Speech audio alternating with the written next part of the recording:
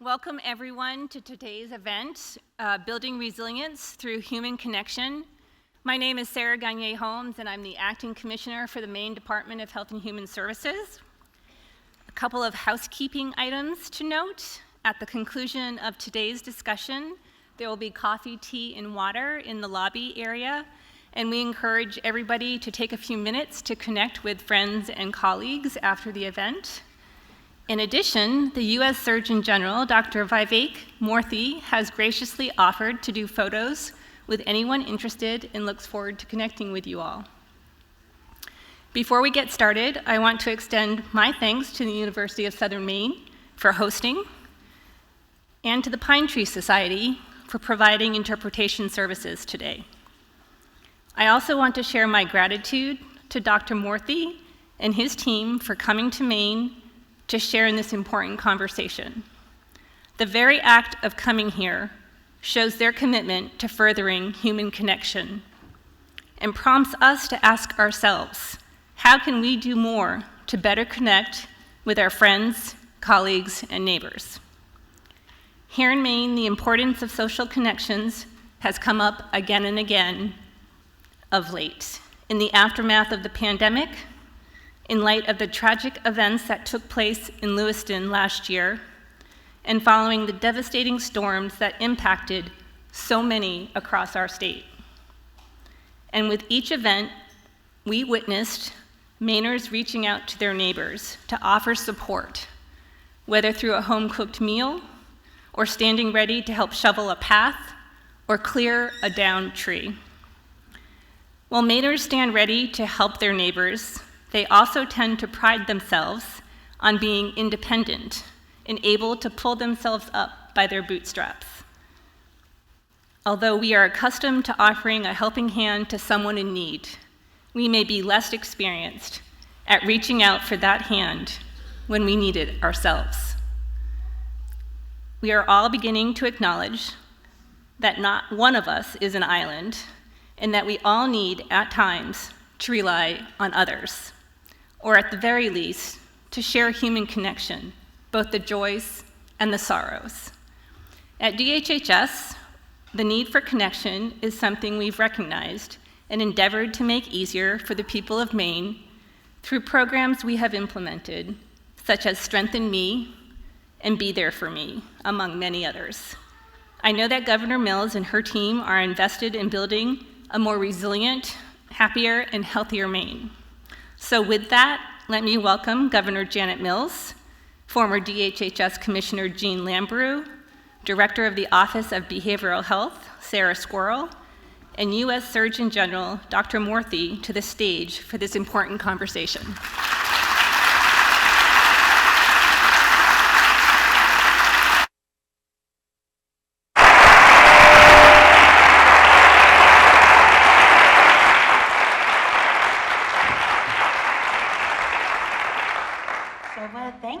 Commissioner Sarah Gagné-Holmes for that introduction.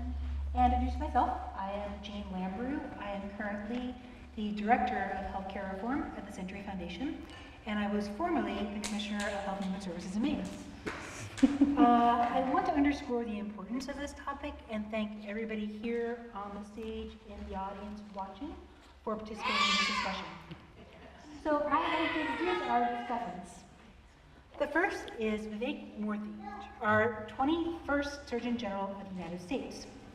Dr. Murthy is in his second tour of duty in this position, bringing experience as well as expertise and passion to his efforts to improve the health and well-being of all Americans.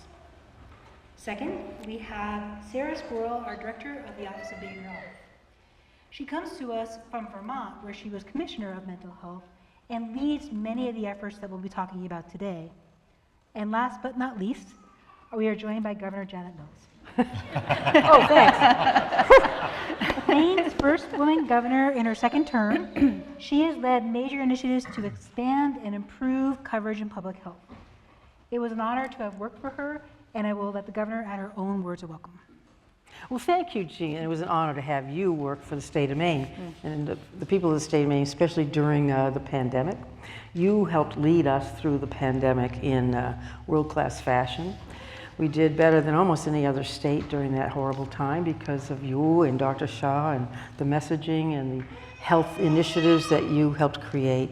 I mean, the first thing we did on day one in my administration was to expand Medicaid, which obviously gave access to about 100,000 people additionally to substance abuse treatment, mental health treatment, and other health measures that they didn't have before. So that was really important.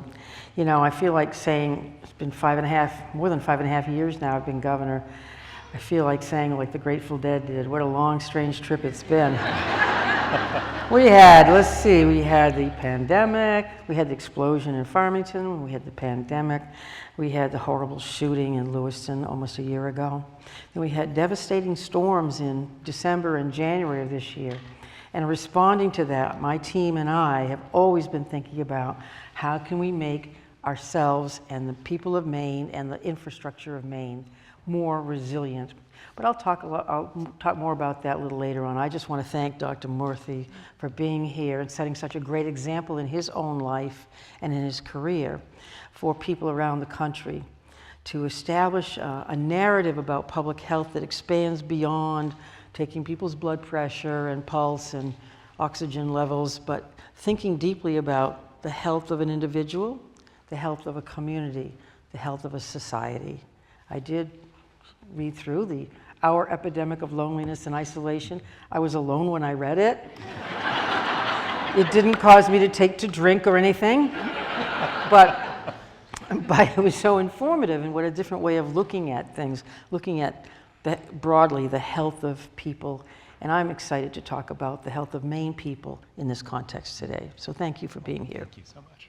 I don't have a uniform.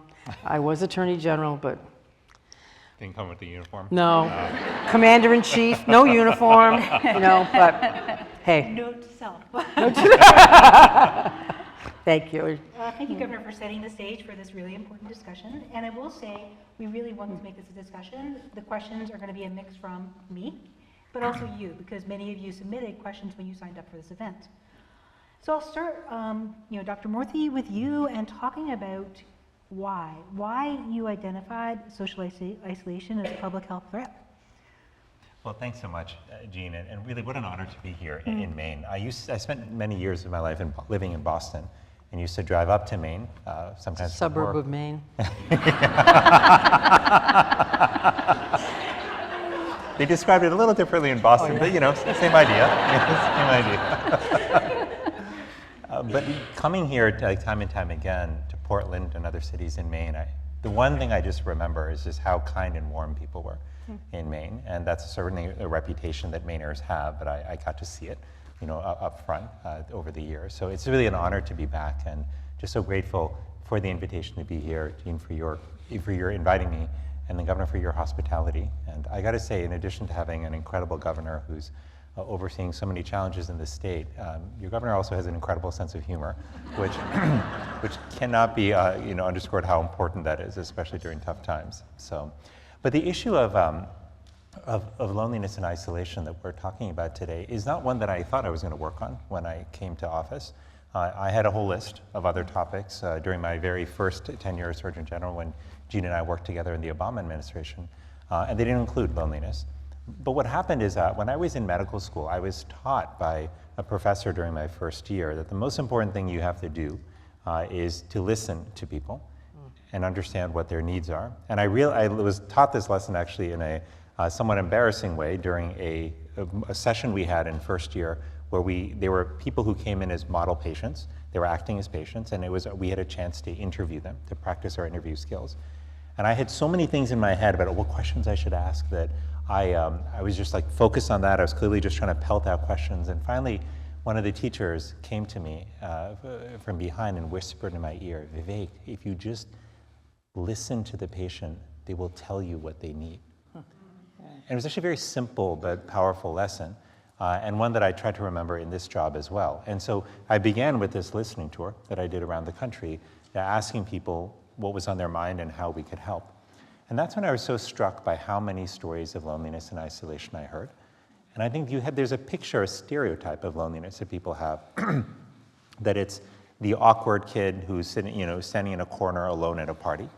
But that is actually not the most common picture of loneliness and isolation. We know that seniors struggle with isolation. We know that young people, interestingly, have the highest rates of loneliness across the population, despite and sometimes because of how tethered they are to technology. And so what I came to realize over time is not only is loneliness and isolation incredibly common, with, at this point, more than 50% of young people saying that they're struggling with loneliness and isolation, and a third of adults in America. But it's also really consequential. And this is why it became a public health issue for me, and I believe a public health concern for the country, because people who struggle with being socially disconnected, they have higher rates of mental illness, of depression, anxiety, and suicide. But the increase in physical consequences is also striking and surprising, and they're not small. So we're talking about a 29% increase in the risk of heart disease, a 31% increase in the risk of stroke, a 50% increase in the risk of dementia, and an increased risk of overall mortality that's similar to what we see with smoking or obesity. So you put these together and you think, wow, smoking, obesity, these are classic public health issues. But it turns out loneliness and isolation are just as important. So that's the reason that I decided to focus on these issues. And I will tell you, of all of the topics, June, that we have worked on in the office, and there have been many over the last 2 terms, there is no issue that I have found more deeply resonant with people across the country, in rural and urban areas in the Midwest and the coasts, as this topic of loneliness and isolation. And finally, I'll just tell you this is not just an American issue. This is a global issue. We just last year in December launched a World Health Organization, WHO, Commission on Social Connection that I co-chair with the ministers of health from Chile, Japan, Sweden, Morocco, and other countries. And we are doing this because we're realizing that the US is one of many countries that's struggling with loneliness and isolation, with profound consequences, not just for our health, but there are major economic consequences in terms of productivity and engagement in the workplace, educational consequences in terms of outcomes for kids, as well as broader societal consequences that have to do with the contribution that loneliness makes to division and to polarization, which many countries are struggling with. So however you look at it, from health, national security, whether you're looking at it from an economic or educational point of view, rebuilding the social fabric of our communities is absolutely vital, and it should be a priority. And I would just say, I want to thank you. Your naming of social disconnection, your book in 2020 that went through this methodically, was profound, and I think it really has set the stage for not just individual action, but for societal action. So turning to Director Squirrel. Yep. The cameras that are here, are you including the ASL interpreter in your screenshots? Oh, thank you. Thank you, Governor. So Sarah, in terms of how this issue, the challenges of social disconnection manifests itself in Maine, what are some examples from your experience? Yeah, thank you. And I think Profound statement. good morning. I think in a state like Maine, a large rural state, we all recognize the impacts of social isolation and the impacts that that has broadly on mental health, but on other health factors as well. And I think also in particular, we think about our young people. And we know that even before the pandemic, we were seeing rises of depression and anxiety in our youngest Mainers. And then the pandemic hit and school closed. We had the rise of social media and just general uncertainty in the world. And we continue to see some of those indicators rise. In 2023, for example, over a third of high school students reported feeling depressed in the past 12 months. Almost 18% of youth had considered suicide in the past 12 months. And for LGBTQ plus students, they were 2 times more likely to feel sad and hopeless, and 3 times more likely to have considered suicide. And these are data that should concern us all. They should drive us to take action. But we also have to look for the bright spots, and we have to look for the cracks of light so that we can lean in and really build resilience here in Maine for our young people. And one of those bright spots are our teachers and our trusted adults here in Maine. In 2023, high school youth reported that 77% had a teacher in their life that supported them and believed in them, and 80% that their parents supported them at home. And also, I think another one of our bright spots is our effective embrace of gender diversity. So for LGBTQ+ students who felt like they were supported by their community, their school, their parents, they were less likely to report issues related to mental health and substance use. And that should really give us hope. Thank you, Sarah. And turning, Dr. Murthy, back to this question of youth in different groups. What's similar and what is different across people and communities by age or gender or different characteristics? Is there a common theme, or are there differences that we should be sensitive to? Well, we certainly know that older adults, our seniors, struggle with the highest levels of isolation. And as you get older, sometimes it can be harder to get out of the house, right? If you have health challenges in particular that make mobility tough, that can, again, cut you off from social interaction. I was visiting a program once where a healthcare system had actually built out an outreach program where they were sending volunteers to actually connect with people in their homes and to learn about why they were struggling with loneliness and isolation. And one story I remember they shared with me in particular was of a volunteer who went to a woman's house, and she told her, this volunteer, about how in her younger years, she was always the life of the party. She was calling her friends all the time. She was hanging out. She was the one who organized get-togethers. And she said, she asked the obvious question, well, how come you don't call them now? She's like, it's just too hard to. But then she probed further. She said, what do you mean it's too hard? She said, I can't see the numbers in my phone book anymore. And they turned out all these years, she didn't have corrective lenses, so she couldn't see the numbers or dial them. But once they got her corrective lenses, she was able to start phoning her friends again. And these are the kind of things you learn when you show up, right? So seniors certainly we worry about, but I'm also particularly worried about young people, because I think about the stories I've encountered across the country. One of the first stories of loneliness was from a college student from a large public university who said to me, I'm surrounded by thousands of other students, but nobody really knows me. I can't really be myself, and I feel very alone. I think about the students on the college campus tour I just did, focused on loneliness and connection, where we traveled around the country going to universities. And I'll tell you one thing that was really striking to me about that tour was the dining halls on these campuses were quiet. Now, I don't know about you, but I remember when I was in school, the dining hall was the loudest place on campus, right? This is true in high school, it's true in college. But it was quiet. In fact, the first campus we came onto, I said, wait, did we schedule this on the wrong date? Are students out on vacation or on leave? Like, what's going on here? But it turns out the students then started telling me, they said, well, everyone is on their devices in the dining hall. They're got their earbuds in, they're looking at their laptop or their phone. People don't really talk to each other.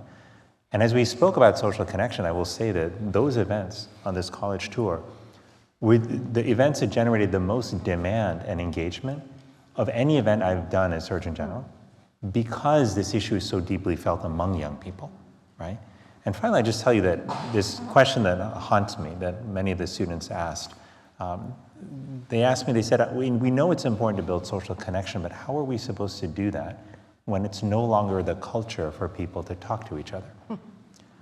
And I actually, the first time I thought I misheard the question, and I had them repeat it.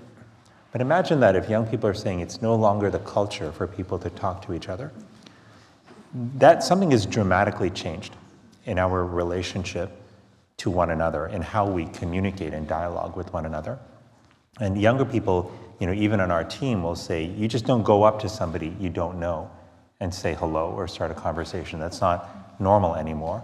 And that means it's harder to then go into a dining hall, sit next to a kid you don't know and say hello. It's harder to go to college and have a new roommate and figure out how to navigate things. One of the universities we went to said that students were so uncomfortable having conversations with new roommates about basic things like, I get up early, you get up late, you're messy, I'm clean, how do we manage this? That they actually had to hold training sessions to train students in how to talk to your roommate about these different challenges. Now, this isn't because something is wrong with young people fundamentally or intrinsically.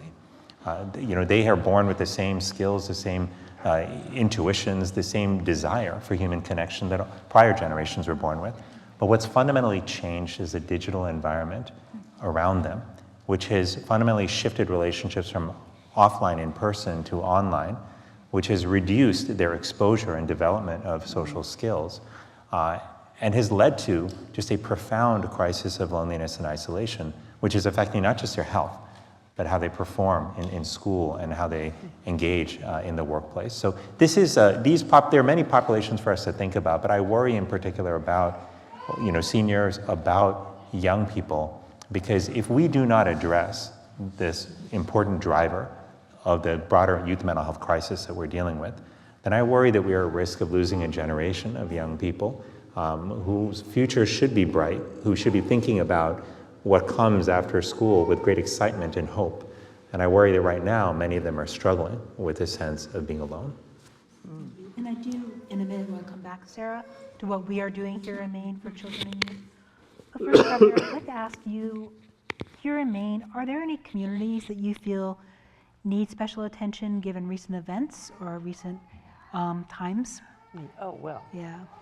Sure, I mean, we are the oldest population in the country.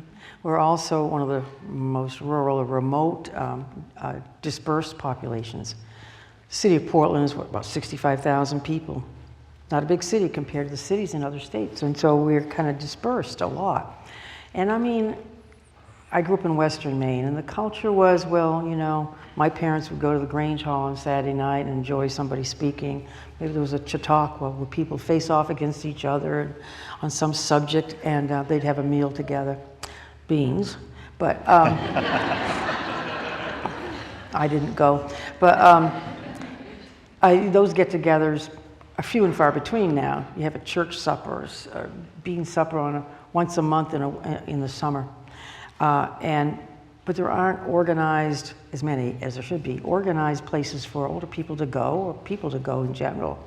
We see a few more community suppers, community luncheons. I applaud that. I know there are efforts to fund those in Maine and other states. Hannaford Brothers and Maine Health, I think, has some initiatives providing food banks, but also providing community connections and suppers, lunches, and whatnot, where people can gather, people of any age.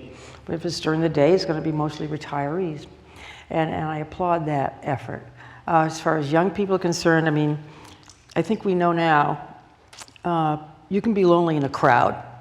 You can be in the biggest classroom or the biggest dining hall with 100 or 200 people around you and be very lonely and feel very isolated.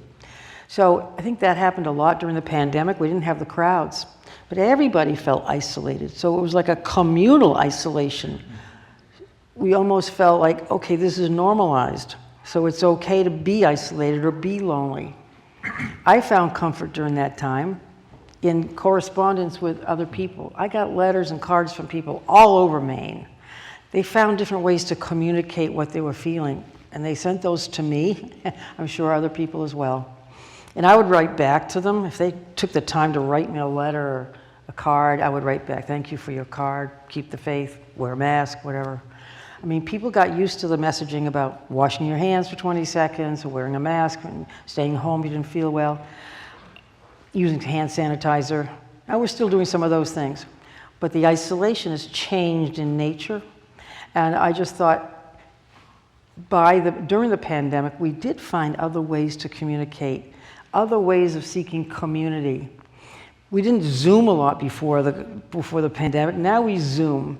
I remember during the pandemic, Zooming with my two little granddaughters who were in Portland. I was in Augusta, trying to tell them how to make tuna noodle casserole. Didn't matter if it came out or not, if they got up the wrong can of soup, but just to be able to talk to them and have a relationship continue my relationship with them was important. So I think we did a lot of that. Now that's continuing in a way that's a mixed bag. People are finding connectiveness through digital media, through social media, but it's also an isolating measure as well. And so I think, you're right about younger people, how they can feel isolated in a crowd or be just tethered to their cell phone, is mine off, and want that cell phone to be on all the time in case they get a message they want to find. You forget how to talk to people. And it's a culture change, a shift that we need to address. And I know Sarah's going to talk about how we're addressing that. Yeah, and I would just say, I think it's notable when you look at the last 6 of the Surgeon General's advisories. In 2021, it was youth mental health. In 2022, it was social connection and loneliness. Earlier this year, it was social media, and then most recently, parents' mental health and well-being. They're connected, and I think it's an important theme to discuss. Sarah, do you want to talk a little bit about what we've been doing here in Maine for children and youth in these areas?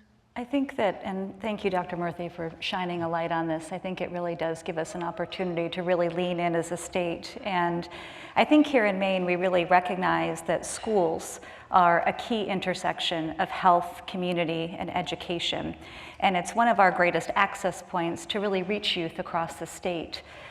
Which is why here in Maine, we've really focused on expanding programs like school-based health centers, where children and youth and high school students can access mental health services, substance use services, make those connections with those trusted adults.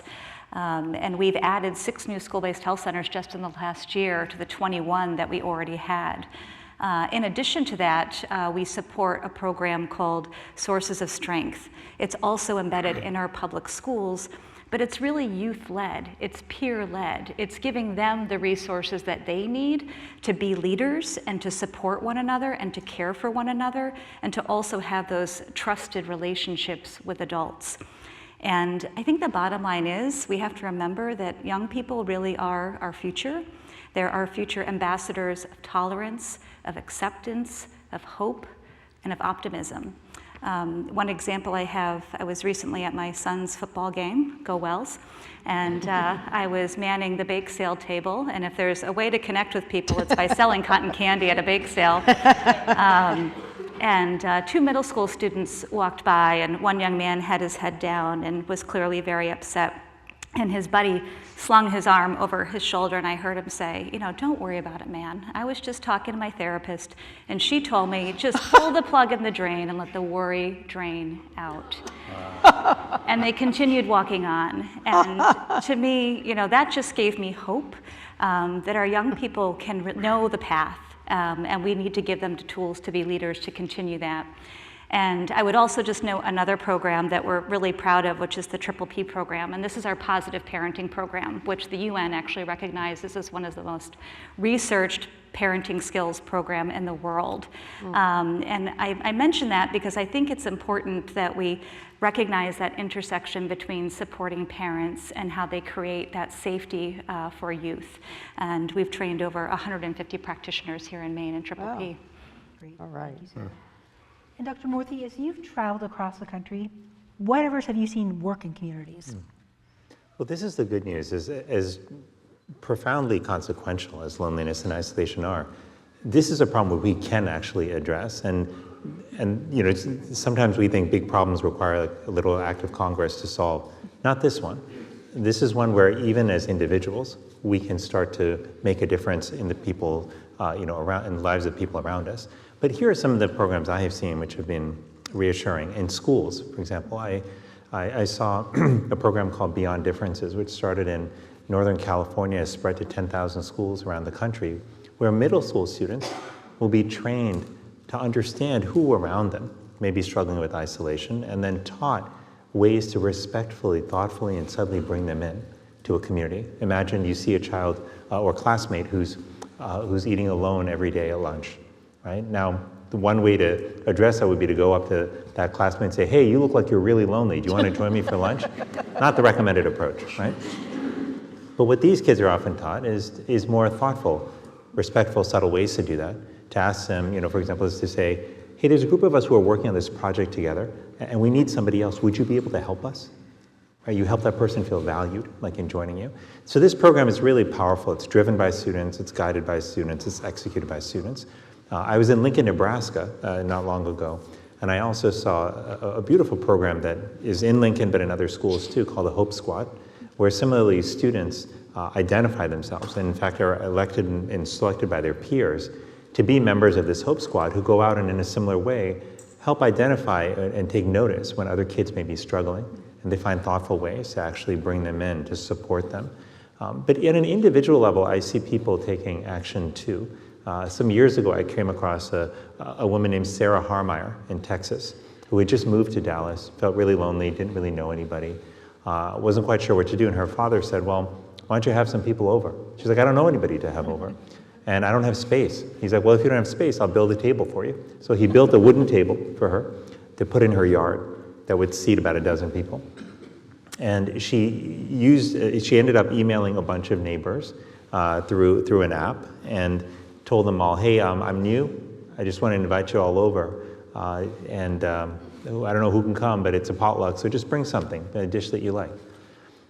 And like more than 100 people showed up to this potluck, okay? And it was incredible, and she did small things like just telling people, here, there's no rules here, but just a few things I would offer you. If you see somebody's cup empty, offer to refill it.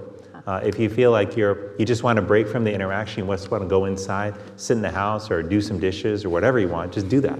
But just consider this your home. And this became just an incredible gathering place. And Sarah ultimately ended up building these tables and sending them to people all over the country who heard about this. And she called it the neighbor's table. And she has a tradition now, wherever she delivers a table, she'll stay the first night for the dinner that they organize. So these are small things that we can do. But I will tell you that during the pandemic in particular, what I was really encouraged by is seeing that even at a point of such pain and despair and distress that people were in, neighbors were still thinking about their neighbors. They were dropping off meals, they were checking in on one another. People were looking out for each other. You see, at the end of the day, I think the most powerful thing we have going for us in this all-important quest to rebuild social connection is the fact that our deeper instincts are to connect with one another. They may be buried under layers of worry or habits that have built over time, or in some cases even impeded by the way we may use technology, but those instincts are still there. And science is very clear that we often underestimate how much impact we have on someone else when we simply go up to somebody to check on them, to offer them some help, to let them know that we're there. Something that I also learned in medical school from my teachers is that while you will seek to fix people's problems, you can't always do that. You don't always have that luxury. You may not have the medicine that they need. You may not have the procedure that they require. And that's true in life too. Sometimes we have friends who will have problems, and we don't know how to solve their problems. But I was taught that healing happens not just by solving other people's problems. It happens actually often with our presence. So when you show up in someone else's life, just to let them know that you're there for them, that they don't have to be alone, that can make a really big difference. Our recent report we did on parenting, the reason we did that, again, not one of those things we had planned, but we kept realizing in talking about the youth mental health crisis that behind that was a parent's mental health crisis. And that there's a tight connection between the mental health of parents and kids, and that you can't solve the youth mental health crisis if you're not helping address what's ailing parents. And right now, it turns out that 48% of parents are saying on most days they feel their stress is completely overwhelming. 48% of parents. That is not normal. We shouldn't get used to that. And that stress is coming from all kinds of places. But sometimes, and I felt that stress also as a new parent too, who had, going to medical school, by the way, does not prepare you for being a parent. A lot of people think, oh, you know how to do all this stuff. No. One of the scariest moments I remember was when our son was born at 6 p.m. We got settled into the room in the hospital, and the nurse said, all right, well, good luck, we'll see you in the morning. And we're like, oh my gosh, how are we supposed to take care of our child? So there are a lot of moments of stress, but the lifelines that we had as parents, my wife and I, were when a friend would just call up and say, hey, just want to check on you, see how you're doing. The first time I had to manage my completely on my own with our infant son, like I think in week 4 or 5 or something like that, a friend of mine just stopped by for 15 minutes, just 15 minutes. She swung by, she knew I was going to be alone. You said, do you know how to change a diaper? And she just held my son. She just held him for 15 minutes. And she said, I got to go, but great to see you. And I'm 8 years later still thinking about that moment because it meant so much to me. She didn't solve all of our problems, but she reminded us that we aren't alone. So this is the power that we have as individuals. So one of my hope is that as we leave today, we can not only think about what we can do in our workplaces to create more connection, that we can not only think about what we do from a public policy perspective to support more community programs, and Maine already has many of these, particularly for parents, but we can also as individuals think about who we know in our life that might be struggling with loneliness, or who have we not talked to in a long time or checked on? And can we check on them, whether it's just 2 minutes or 5 minutes a day, ringing somebody and saying, hey, no agenda, just want to check on you, I was thinking about you. Those small acts of connection are the glue that hold us together, that contribute to our sense of resilience and strength.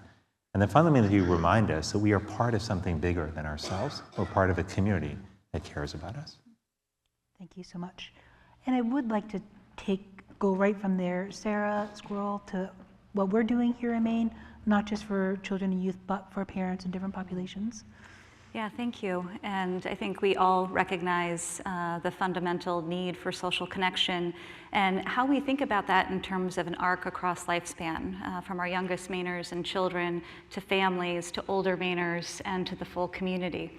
And as I mentioned earlier, children really need that safe haven. They need that secure base. It's basic attachment theory that really gives us that resilience as we grow older. And we know that parents and caregivers are the key to creating that secure base. And they're grappling with their own mental health, substance use, other worries and challenges. So we're really proud of the work that we did to launch the Be There For Me campaign. There's a table outside that you can check out. And it's really about creating and offering judgment-free resources to parents and caregivers. And it also is a call to action to all of us to think about our role in supporting one another, in supporting parents, and modeling that it's okay to ask for help, because we know there's still a lot of stigma around help seeking and asking for help. And in an aging state, we also recognize the impact of isolation on our older Mainers, which is why the Governor's Cabinet on Aging launched the Community Connections Program. And this is an incredible program where we have community ambassadors that are working in Maine communities across the state, identifying barriers to social connection, things we might think about, like transportation and passable sidewalks. In addition, we have community connectors that are trusted individuals working in communities, actually linking people to key social supports.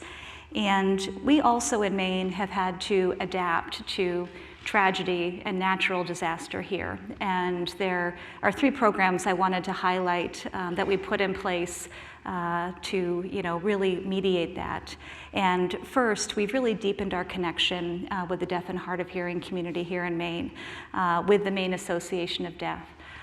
They have really stepped forward and created opportunities that are deeply grounded in connection, grief support groups for those who are directly impacted, the broader deaf and hard of hearing community, as well as interpreters. And third, in the wake of the extreme flooding and storms that impacted the state of Maine in December, January, and even April, we've deployed resources into communities to support them. But the resources that really resonate most with Mainers are the groups that we convene, where community members can actually come together and talk about their recovery and what they need. And we're also thinking about how do we proactively create psychological resilience in the face of more climate change. And I know for myself, when the storms hit our home particularly hard in January, the first knock on my door was my neighbor, offering a place to stay, offering a meal. Can we hook our generator up to your house? How can we help? So it truly is that social connection at the community level that leads to more resilient communities in the face of what we think will be ongoing climate change. Yeah, and I can't help myself but to go back to my old job and say, I think part of what we're trying to do across these programs is not just the Zoom, not just the call lines, not just the websites, but physical spaces. Yes. How do we really build places where people can go? And the Be There For Me campaign really has emphasized that. It's not a public program, it's a partnership with our communities to really try to get there, as well as, and this is why we so value your messaging around parents, trying to make sure parents know that parenting is hard. There's no guilt, there's no shame in asking for help. That is the way we all get through. So thank you very much for that work. Governor, I'll turn to you because I really do want to make sure we focus on hope, not just the challenges. But what makes you hopeful from the work that you've been doing over the years on these issues of isolation and connection? Well, I still go back to the pandemic a bit because all those cards and letters I got, that was profound. One was a I got a card from a 10-year-old girl in Bangor named Savannah, and she said to me, "Dear Governor Mills, I hope this COVID doesn't affect our hearts being isolated from one another." And it dawned on me, that's what kids are thinking. I'm isolated because of COVID. People don't care anymore. And here we were sending messages out every day. We care, we want to help, etc. But a kid was feeling very isolated. I wrote her back and I said, we know that neither a worldwide pandemic nor any other thing will ever isolate our hearts from one another here in Maine, because we're family and we care for each other. It made me think, one of the barriers here in Maine, let's be honest, is we're a hardy bunch. We have 4 distinct seasons. Our climate is tough, sometimes beautiful, often beautiful, but also tough. And we pride ourselves in being independent, fiercely independent, and value our privacy. When people say, I'm going up to camp, well, maybe they mean a camp that's 10 miles into the woods and you've got to hike a long ways and they just want to be alone. That's part of the nature of a lot of people in Maine. I see it every day. We're a hardy bunch, and it behooves us to live in 4 different seasons in a climate that's kind of tough sometimes, and to be a hardy bunch. But we also are not Superman. If you remember, Superman, he came to live and perform his magic in the metropolises of New York, etc. He actually retreated to a sanctuary in some frozen tundra in the Arctic, a fortress of solitude, and a place that where he was solitary and got his strength from, and a polar wasteland. But during the pandemic, I talked to the people of Maine. I talked about being in a hibernated, closeted community, physically, mentally, and emotionally, in a cave of safety and isolation where we'd been compelled to escape an unprecedented threat. But that fortress of today for normal people are no longer sanctuaries, if they ever were. That the places places of dangerous isolation, barriers that disconnect people from others, are dangerous to ourselves and our families. We're not superhumans.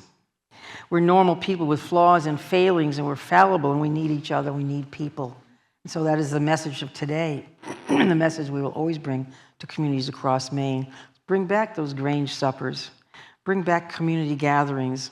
Many people go to church, and that's where they find a relief from isolation.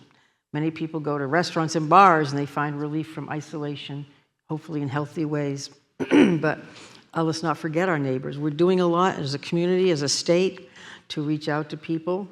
Let's not forget they value their privacy, but at the same time, they may be masking a feeling of deep loneliness or even depression. And it's not an excuse to say, well, somebody doesn't really care if I reach out to them. They do care, quietly, maybe secretly. They do care. They want that contact. Whatever veneer we expose to the public of wanting my privacy, wanting to be independent and feeling hardy and looking healthy when we're not, we have to go through that veneer, get through that veneer, and reach the person inside who does want help. So I have hope because of all the things we did go through and come out on top of, to a large extent, those storms. We saw people helping people. The ice storm of 1998, it was 3 days. We just saw all kinds of people helping other people. Neighbors went to neighbors and said, do you need a portable heater? Can I help with your generator? That kind of thing. And that exists in the spirit and the soul of Maine people as well as elsewhere. Thank you.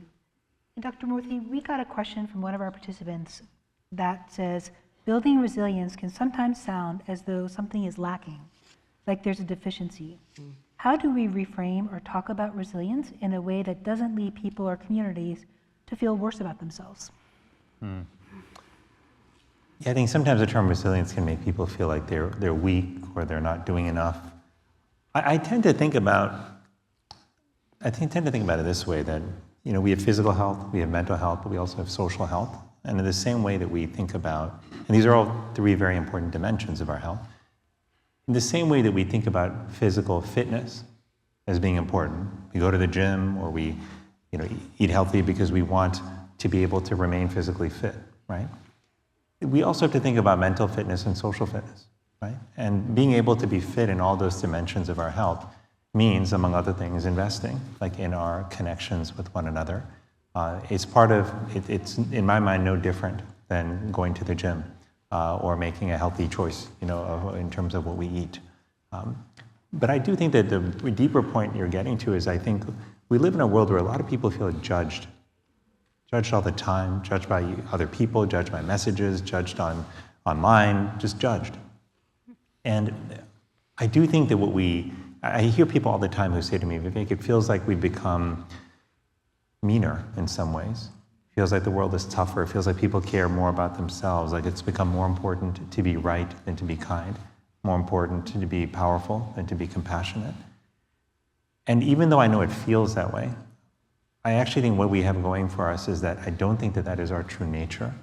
I think you see people's true nature come out when there aren't cameras around, when you don't have the distorted environment of social media, but when you're looking at what people did for neighbors during the pandemic, when you're looking at how people rise up and take care of a child who falls down on the playground, even though that's not their own child, right? Like that's what speaks to our truest instincts.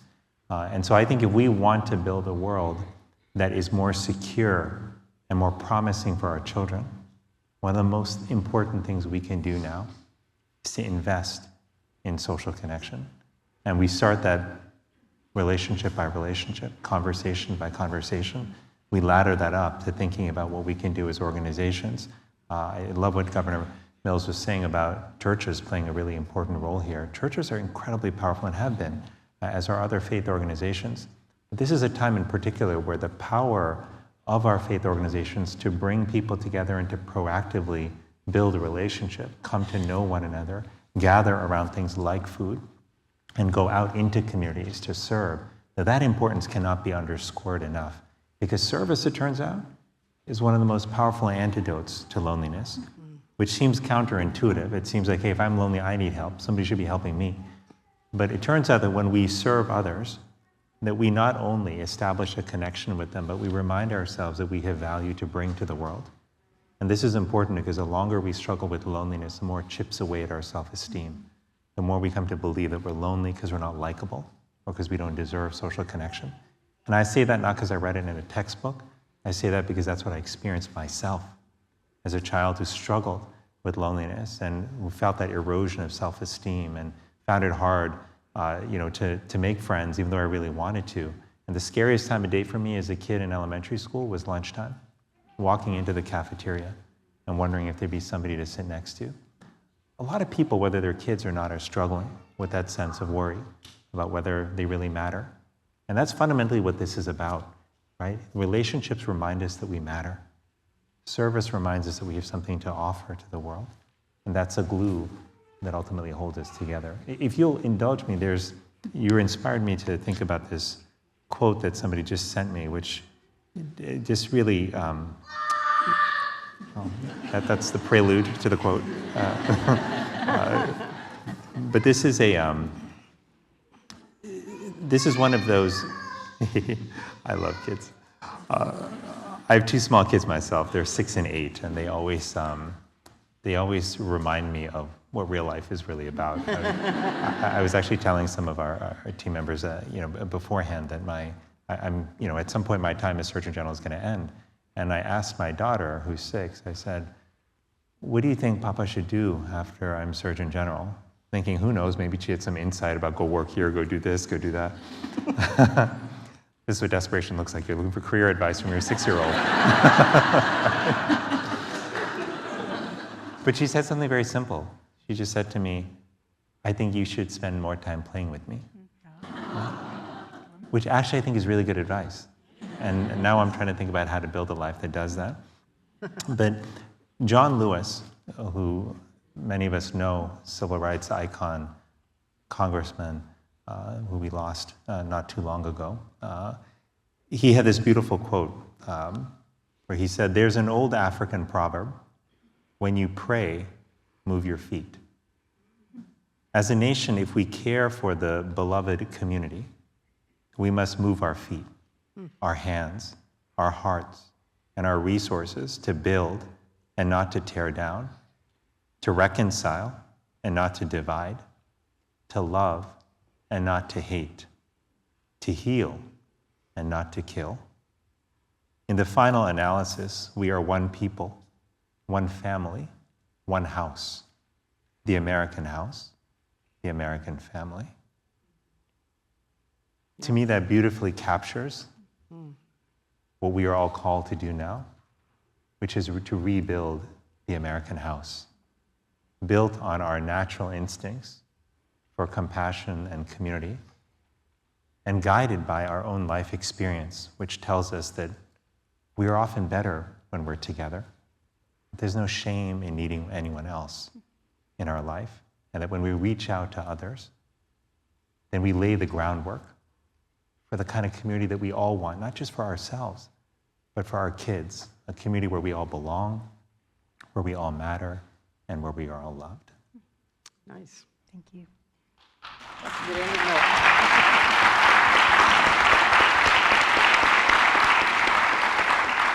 It would not be fair to ask Director Squirrel or Governor a question right after that beautiful statement. I thought So that I'll was come the back end. and follow up. No, there was a little bit more time, so a few more questions.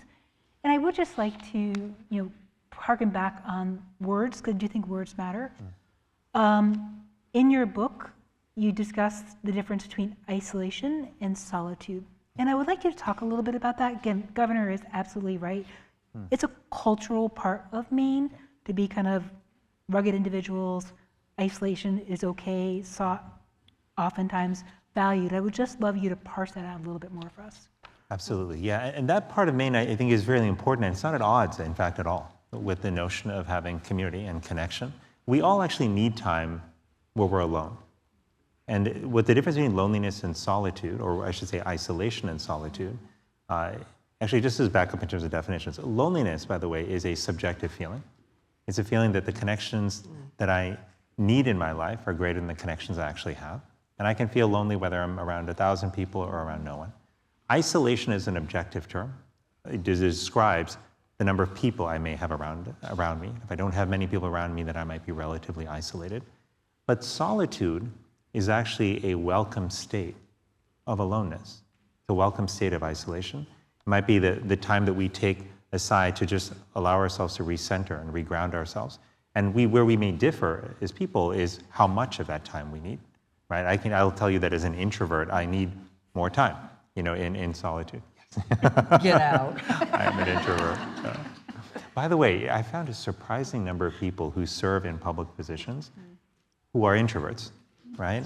And the way somebody put it to me once, is the difference between an introvert and an extrovert is an introvert starts their day with a basket of apples, and every person they meet and engage with, they give an apple to. But at the end of the day, their basket's empty.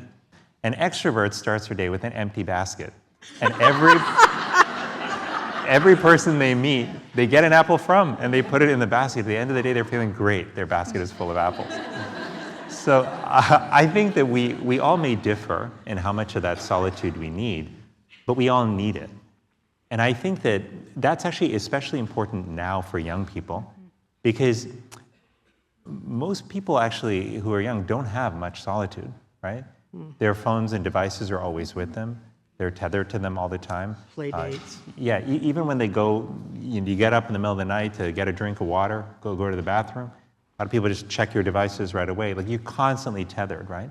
But just that's a time to just be alone with your thoughts is actually it's actually a practice that we have to build, because it's in those moments of solitude that we not only find some peace and relief, but that's when creativity sometimes comes to the surface. It's not a coincidence that a lot of people get great ideas when they're in the shower, or when they're taking a walk, because that's actually when our brain rests for a moment and disengages. Yeah, it's hard to write them down, right? Exactly.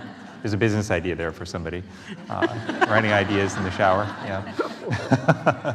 But that's how I think about it. And finally, I'll just say, with regard to sort of that you mentioned the rugged individualism in Maine. Look, I think that there's something wonderful about pushing to develop yourself, and to build skills and to be able to do a lot of things, for yourself, whether it's for your health or for your house or for your community.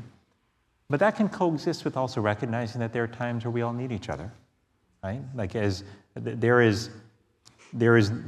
are so many instances as a parent where I realize that despite all the knowledge and resources we may have had, that we needed somebody else to come and help us out or give us some guidance.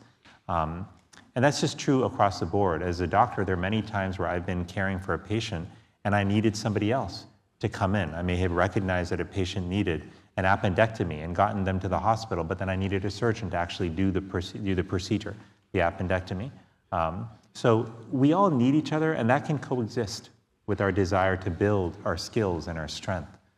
So I don't want people to think that these are in tension, but just to recognize that we have a universal need for human connection and for community, and we can start to build that right now. Thank you for that. I think we have time for 2 more questions. Any of you could answer them. One is from our audience. I will not say it's mine. Would you be willing to share a powerful personal connection you made early on in your career that you still think about periodically? Can you reflect on how much it affected you and why? Director Squirrel? One thing I was reflecting on when I was in my early 20s, not that long ago, I decided that I wanted to work in mental health, and I was currently running a gourmet coffee company. I had not completed my degree yet, and I had no direct experience, but I still applied to be a direct care staff at our local community mental health agency, working in a residential treatment home for adolescent females. And I was determined, and I was dedicated, and I was passionate, and the supervisor still gave me a chance. He hired me despite that. And in addition to believing in me, he also taught me about the core values of true family engagement. And he helped me build school-based mental health services in the most rural areas of Maine, or in Vermont. And when we built those programs, they were based solely on home visits. And serving the children was important, but being in those families' homes was important. Which is why I found myself one day in my Subaru stuck in a ditch on the side of the road in mud season in Vermont. But I was determined to get to my home visit. And I got to my home visit, and I sat in the kitchen with a mother who had a fan in her stove heating her house. And we talked about her struggles to support her son's needs while she was trying to take care of her own substance use needs. And what he taught me was that true, authentic engagement and relationships is at the core of our work in human services. And I have never forgotten that, and it spans through my career, through my work with my staff, through our work with our community partners. How do we authentically show up and engage with people to help them? It's really beautiful. Thank you for sharing that, Sarah. For me, it was a physician mentor. Her name is Dr. Rachel Remen, who I met during my first year of medical school. She didn't teach at medical school I went to. She taught actually at the other end of the country. But I snuck into her class when I was visiting a friend. And it was apparently against policy. This course is only for, it was very small. It was like evening course. There were like these intimate discussions that the groups would have where trust was built, and it was only for the people who had signed up. But I was visiting my friend who was part of that class, and he said, "Why don't you just come and join me?" So I did. I snuck in, and she found out. But rather than reacting with anger and kicking me out, she recognized actually that there was this hunger that I had inside of me to try to understand how to train as a doctor in a way that would allow me to still live out the values that brought me to the profession. Right? And I saw so many doctors who were burning out, who were getting cynical, who were feeling like their idealism had been lost and squashed along the way. And she recognized there was this young student who was trying to find a path forward. And she has been a mentor since then to me. And one of the most powerful things that she did is she taught me early on that every patient you take care of, and really every person you encounter in life, has a spark of the divine inside them. There's some mystery that they have. And part of your job as a doctor, as a healer, is to try to understand a little bit about that light, about their mystery, and to see them as more than their illness in that moment, but to recognize that they're a human being, that they're, a gift from the universe, and that the opportunity you have to connect with them is a blessing that's being brought into your life. And I realized over time that she wasn't talking just about patients. She was talking about people across the board. And I try to remember that lesson from her when I work with new people when I continue to work with old people, when I have conflict in particular, or somebody does something that I find frustrates me or something, I try to remember that lesson from Rachel, that all of us have a spark of the divine in us. We have a light that we bring to this world. And when we're able to see that more clearly and appreciate that more clearly, we can bring those many points of light together, and we can form a flame that can light up the whole world. That was the teaching of Rachel Redmond. Nice. You don't have to follow up if you don't want to. It's hard to follow that. Okay. It's really hard to follow that. Great. Look, I was a college dropout. I didn't have too many inspiring teachers, obviously, because I didn't, or they were inspiring, I just didn't recognize it. My failure. But, and then, I did things that embarrassed my parents, like hitchhike through Europe, not telling them. And I was a bad kid. My mother on her deathbed, and God bless her soul, she was wonderful. She was an inspiration. I just didn't recognize it at the time. But she was on her deathbed. I went to see her and I said, "Oh, geez, Mom, I've just been such a horrible daughter. I drank beer in high school, stayed out all night, stupid things that I shouldn't have done. I went and I dropped out of college. I did this and that and the other thing. And I just was incommunicado for so long. And I know now, having brought up 5 stepdaughters, that was a really cruel thing to do. But I said, I just want to apologize." She looked at me, she said, "I don't remember a thing." I don't know if it was amnesia or absolution, but I took it. But I will say, in recent years, I've found inspiration from other people. A woman who wrote me all during the pandemic, for a year during the pandemic, someone I never met, who lived in a rural community in Western Maine, started writing me, and she said, "I'm going to write to you every week." We did a book about this called, in other words, Leadership. Her leadership was about. And she wrote me every week about what was going on in her life, raising 2 kids, homeschooling them, taking care of a farm and her husband's little business, small business, and birthing a goat kid in the spring and training an unruly dog. And it was like every week I got this news from Western Maine from this woman I'd never met. And it was a new way and she made me feel good about myself, and that's why she was writing.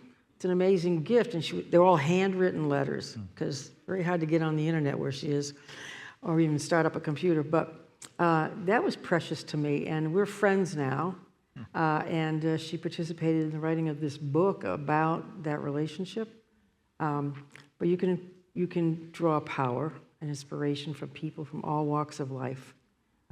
Doesn't have to be a teacher or a parent or a mentor, but that was a powerful relationship for me. I will say to Dr. Murthy that Governor just proved what you said about public policy people being introverts, because I can think of so many more examples of the governor being there at key moments after the Lewiston shooting, going to every single funeral.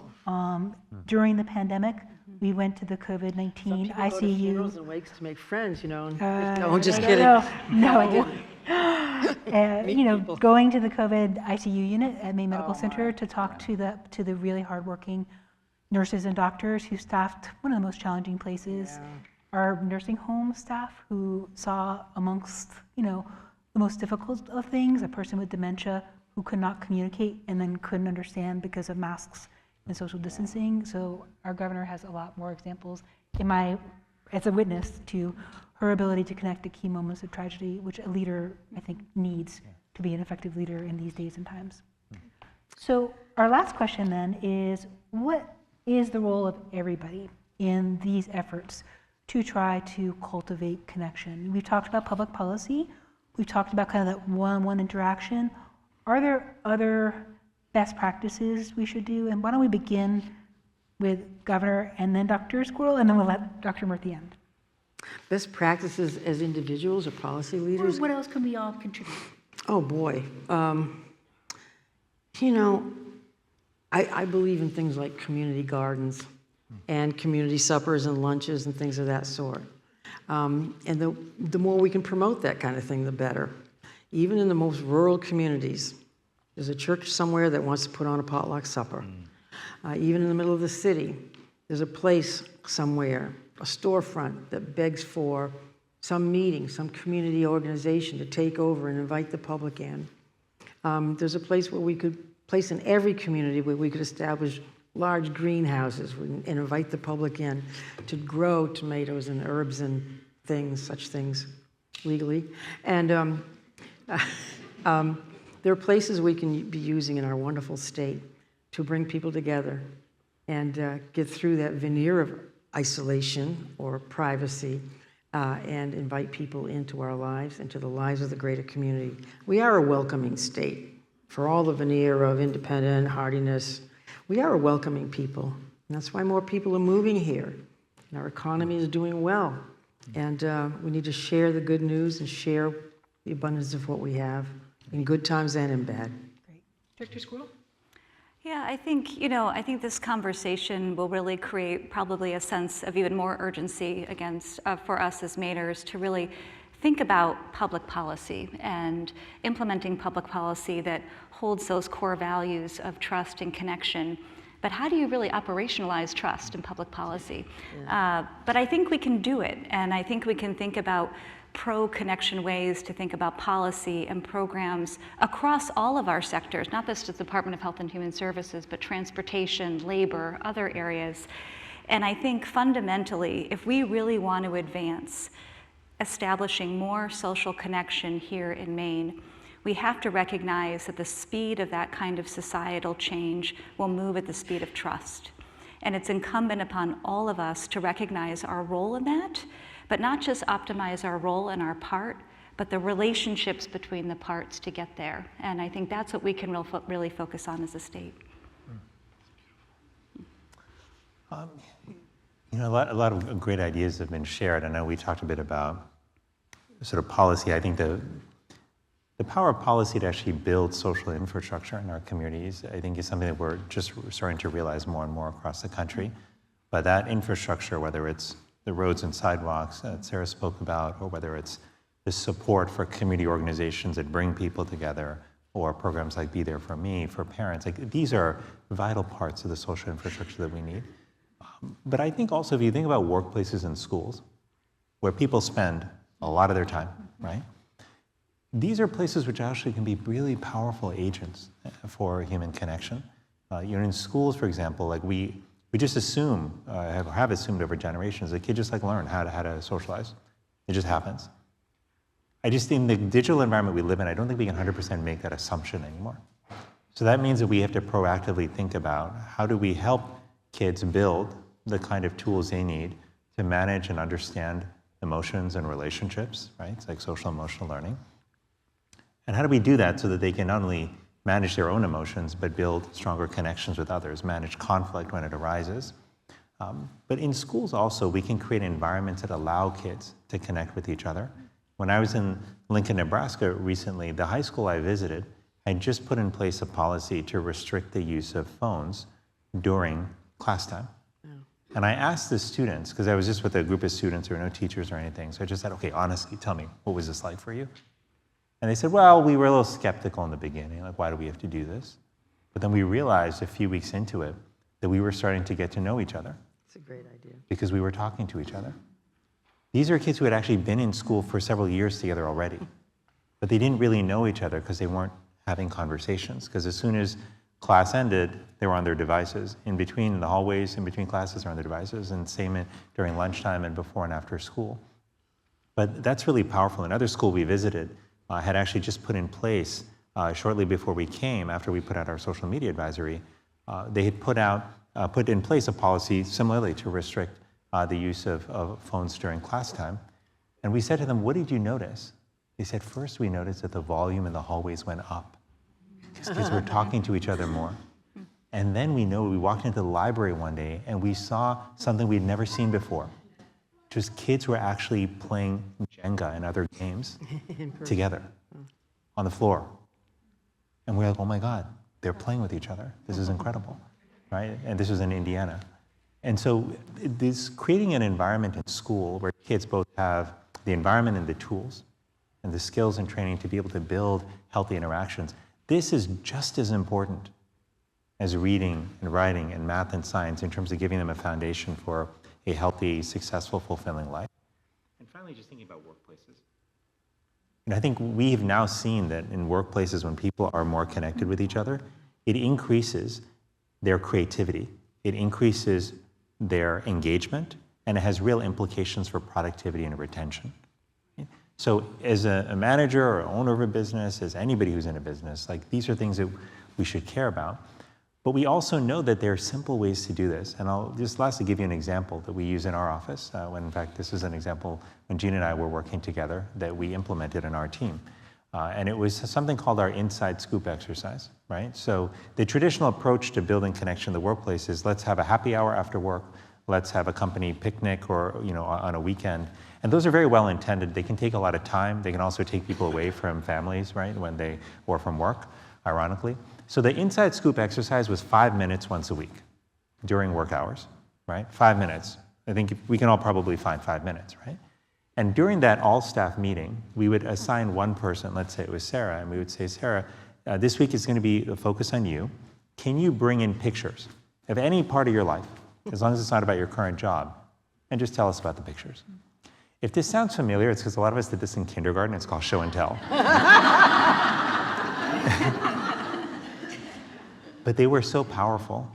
One of the people I remember who shared was my aide de camp, Luis, who served for years in the Marine Corps and then joined our U.S. Public Health Service. And we all thought, Luis, given how much he would talk about his time in the Marine Corps, we thought he's going to show us pictures of his time when he was deployed or times with his buddies who are fellow Marines. It's actually not what he showed us. He showed us pictures of his mother and his father. And he said his father had passed away when he was young, but he was this talented musician, and every time Luis now saw his children pick up an instrument or play with them, he thought about his father. He showed us a picture of his mother, and he said that his mother had raised him and his brother largely on her own. She'd put food on the table, she'd gotten them through school, and she'd done that by herself. And at times when he was deployed in the Marine Corps on missions that were so dangerous that he wasn't sure if he was going to come back alive, when he felt that pit of fear rising in his stomach, the person he would think about was his mother, because she was his picture of strength. It took 5 minutes for Luis to share this with us. But I'll tell you that we felt closer to him than we had despite working with him for a year, because we saw him as a human being. We connected with his story, and he was brave and courageous enough to be real, to be open, to be vulnerable. That's the power of small moments. A little bit of time and a little bit of structure can help us see each other more clearly and build the bonds that many of us desperately want and are searching for and yearning for, but may not have in our life. And so this is how, whether we're policymakers or workplaces, schools or individuals, churches or YMCAs, we can create these circumstances and opportunities for people to connect. And that is an investment that's not only important to make, but it's urgent to make. Because when I think about the future world that my kids are going to inherit, that your kids and grandkids are going to grow up in, much of that future is going to depend on whether or not we can repair the social fabric of the world.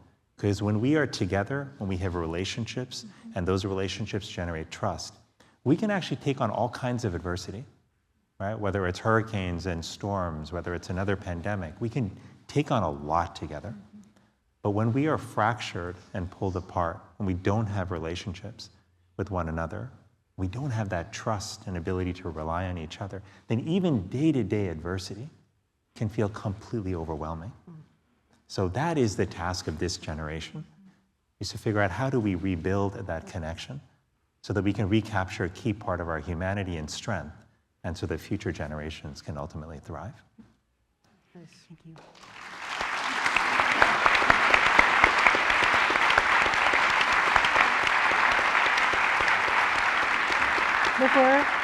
Before we give a real thanks to the Surgeon General and the panelists, a couple of notes. There's some light refreshments outside.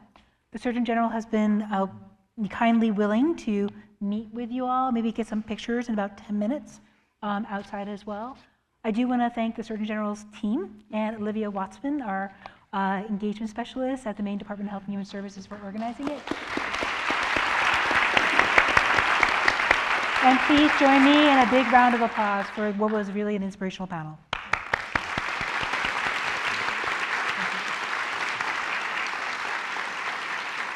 you so much.